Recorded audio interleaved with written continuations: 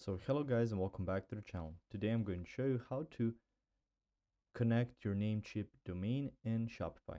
So the first thing you want to do is go to your Shopify account. From here you can see at the bottom apps, settings and stuff like that, but I suggest you go to your domains through the settings tab first. So once you click on that, it's going to open up something like this. On here you can see general, you can see your plan, billing, users, payments, checkout, location, taxes, and you can see domains. Click on domains.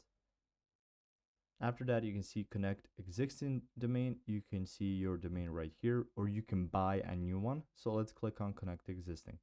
So connect existing domain, and you will just need to put in your domain. So if you click on next, once you go to there, first you'll need to go to your Namecheap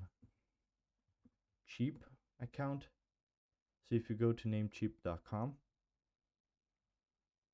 you will of course need to log into your Namecheap account, and through your domains you can see some domain transfers and stuff like that.